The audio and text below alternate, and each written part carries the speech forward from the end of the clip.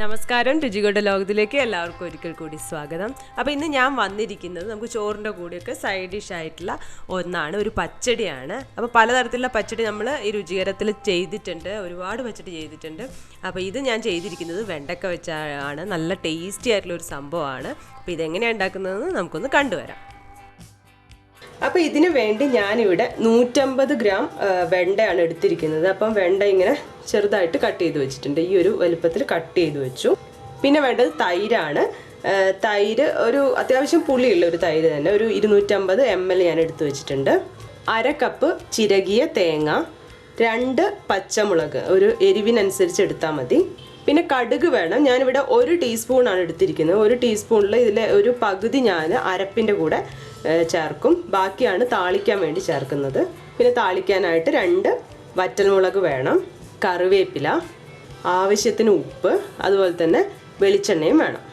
ആദ്യം നമ്മൾ ചെയ്യാൻ പോകുന്നത്, നമ്മൾ കട്ട് ചെയ്ത് വെച്ച വെണ്ടയ്ക്ക ഉണ്ടല്ലോ, ആ വെണ്ടയ്ക്ക ഒന്ന് ഫ്രൈ ചെയ്തെടുക്കണം. അപ്പം ഞാൻ അതിന് വേണ്ടിയിട്ട് വെളിച്ചെണ്ണയാണ് എടുത്തിരിക്കുന്നത്. ഒരു പാനിൽ വെളിച്ചെണ്ണ എടുത്ത്, അങ്ങനെ ഒരു അളവ് ഞാൻ പറയുന്നില്ല, കാരണം ഇതൊന്ന് ഫ്രൈ ചെയ്തെടുക്കാനുള്ള തരത്തിൽ നന്നായിട്ട് ഫ്രൈ ആയിട്ട് തന്നെ വേണം. അപ്പോൾ അതിനാവശ്യമായിട്ടുള്ളൊരു വെളിച്ചെണ്ണയാണ് ഞാൻ എടുത്തിരിക്കുന്നത്.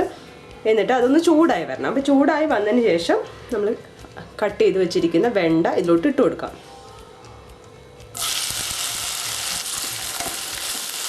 നന്നായിട്ട് ഇളക്കി ഇത് നന്നായിട്ട് മൊരിഞ്ഞ് വരുന്ന ആ ഒരു പാകത്തിലായിട്ട് വരണം.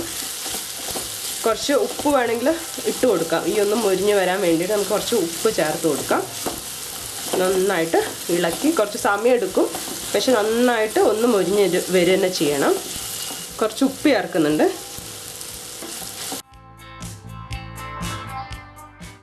ഞാനിപ്പോൾ ഇത്രയാണ് ഓയിൽ എടുത്തിരിക്കുന്നത്. നിങ്ങൾക്ക് കൂടുതൽ ഓയിൽ ഉപയോഗിക്കാൻ പറ്റുവാണെങ്കിൽ അത്ര എളുപ്പത്തിൽ ഇത് ഫ്രൈ ആയിട്ട് കിട്ടും.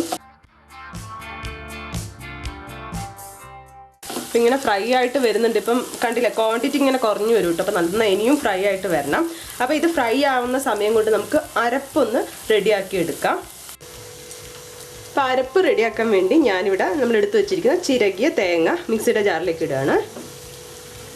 ഇതിലോട്ട് ഞാൻ പച്ചമുളക് ഇടുകയാണ്. നിങ്ങൾക്ക് 2 വിധത്തിൽ ചെയ്യാം. ഈ അരപ്പിൻ്റെ കൂടെ ചേർത്ത് അരച്ച് ചെയ്യാം, അല്ലെങ്കിൽ നമുക്ക് ഇത് ഫ്രൈ ചെയ്യുന്ന സമയത്ത് ഇട്ട് കൊടുത്താലും മതി. അപ്പോൾ ഫ്രൈ ചെയ്യുന്ന സമയത്താണെങ്കിൽ ഒരു പകുതിയോളം ഒന്ന് ഫ്രൈ ആയി കഴിഞ്ഞിട്ട് മാത്രം പച്ചമുളക് ഇട്ട് കൊടുക്കണം. അപ്പോൾ ഞാനിപ്പോൾ എന്താ ചെയ്യാൻ പോകുന്നതെന്ന് വെച്ചാൽ കുറച്ച് എടുത്തിട്ട് ഞാൻ അരയ്ക്കുകയാണ്. ബാക്കി നമുക്ക് ഒന്ന് ഫ്രൈ ആയി വന്നതിന് ശേഷം അതിലിട്ട് കൊടുക്കാം.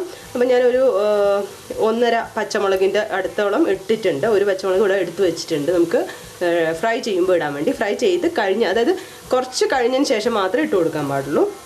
ഇതിലോട്ട് ഇനി ഞാൻ തൈര് ഒഴിച്ചു കൊടുക്കുകയാണ്. തൈര് ഒഴിച്ചതിന് ശേഷം ഞാനിതൊന്ന് അരച്ചെടുക്കാൻ പോവാണ്. ഒരുപാട് അരക്കണ്ട. ഒന്ന് അരച്ചതിന് ശേഷം നമ്മൾ എടുത്തു വെച്ചിരിക്കുന്ന കടുകുണ്ട്, അപ്പോൾ കടുക് കൂടി ചേർത്ത് അരയ്ക്കണം. അപ്പോൾ എന്തായാലും ഇതൊന്ന് അരച്ചെടുക്കാം നമുക്ക്. അപ്പോൾ ഇതൊന്ന് അരച്ചെടുത്തിട്ടുണ്ട്. ഇനി ഞാൻ നമ്മൾ എടുത്തു വെച്ച കടുകുണ്ടല്ലോ, അപ്പോൾ കടുകിൻ്റെ ഒരു പകുതി ഇതിലോട്ട് ഇട്ട് കൊടുക്കാം. എന്നിട്ട് ഒന്നും കൂടി അരച്ചെടുക്കാൻ പോവാണ്. ഇനി അരച്ചെടുക്കുമ്പോൾ ശ്രദ്ധിക്കണം, ഒരുപാട് അങ്ങ് അരഞ്ഞു വരാൻ പാടില്ല, കാരണം കടുക് ഭയങ്കരമായിട്ട് അരഞ്ഞു വരാൻ പാടില്ല. അതുപോലെ തന്നെ കടുക് കൂടാതെ ശ്രദ്ധിക്കണം, കാരണം ഒരു കയ്പ്പ് വരും. അത് എന്തായാലും ശ്രദ്ധിക്കണം. ഇനി ഇത് ഞാനൊന്ന് അരച്ചെടുക്കട്ടെ. നമ്മൾ അരപ്പ് റെഡിയാക്കിയ ആ സമയം കൊണ്ട് ഇത് ഏതാണ്ട് ഒന്ന് ഫ്രൈ ആയിട്ട് വന്നിട്ടുണ്ട്.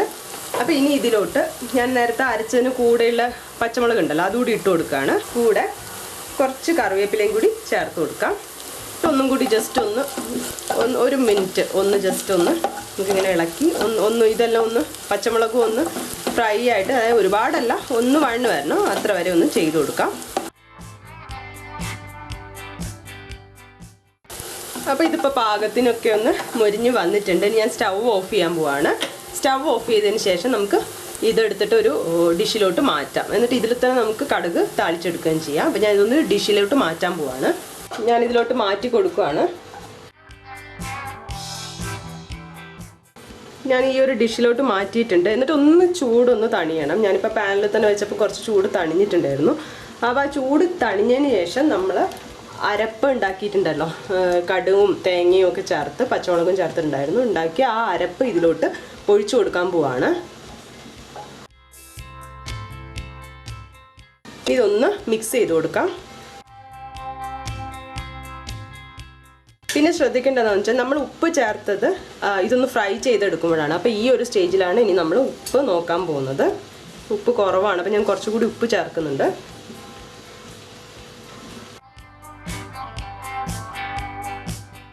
അപ്പോൾ ഇപ്പോൾ ഉപ്പൊക്കെ ചേർത്ത് നന്നായി മിക്സ് ചെയ്തു. ഇനി ചെയ്യാൻ വേണ്ടത് നമുക്ക് താളിച്ചെടുക്കുകയാണ് വേണ്ടത്. അപ്പോൾ ഞാൻ ആ ഒരു പാൻ ഉണ്ടല്ലോ ഫ്രൈ ചെയ്ത്, അതിൽ തന്നെ ഒന്ന് താളിച്ച് ചേർക്കാൻ പോവാണ്. കടുക് താളിക്കാൻ വേണ്ടി ഞാൻ പാനിലോട്ട് വെളിച്ചെണ്ണ ഒഴിച്ചിട്ടുണ്ട്. അത് ചൂടായി വരുമ്പോൾ നമുക്ക് കടുക് ഇട്ട് കൊടുക്കാം. കടുക് പൊട്ടി തുടക്കുമ്പോൾ അതിലോട്ട് നമുക്ക് വറ്റൽമുളക് ഇട്ട് കൊടുക്കാം. അതുപോലെ തന്നെ കറിവേപ്പില.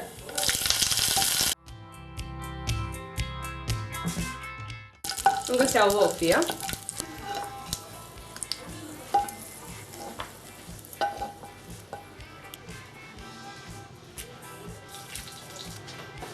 അങ്ങനെ വെണ്ടയ്ക്ക പച്ചടി ഇവിടെ റെഡി ആയിട്ടുണ്ട്. പച്ചടിന്നോ കിച്ചടിന്നൊക്കെ പറയും. ഞങ്ങളുടെ നാട്ടിലേക്ക് ഇതിനെ പച്ചടി തന്നെയാണ് പറയാറുള്ളത്. അപ്പോൾ കുറച്ച് പുളിയുള്ള തൈരൊക്കെ ഉപയോഗിച്ച് ഉണ്ടാക്കി കഴിഞ്ഞിട്ടുണ്ടെങ്കിൽ നമുക്ക് 1-2 ദിവസമൊക്കെ ചോറിൻ്റെ കൂടെ ഉപയോഗിക്കാൻ പറ്റുന്നതാണ്. നല്ല ടേസ്റ്റിയാണ്, എല്ലാവർക്കും ഇഷ്ടപ്പെടും. അപ്പോൾ നിങ്ങൾ എന്തായാലും ഒന്ന് ട്രൈ ചെയ്ത് നോക്കണം.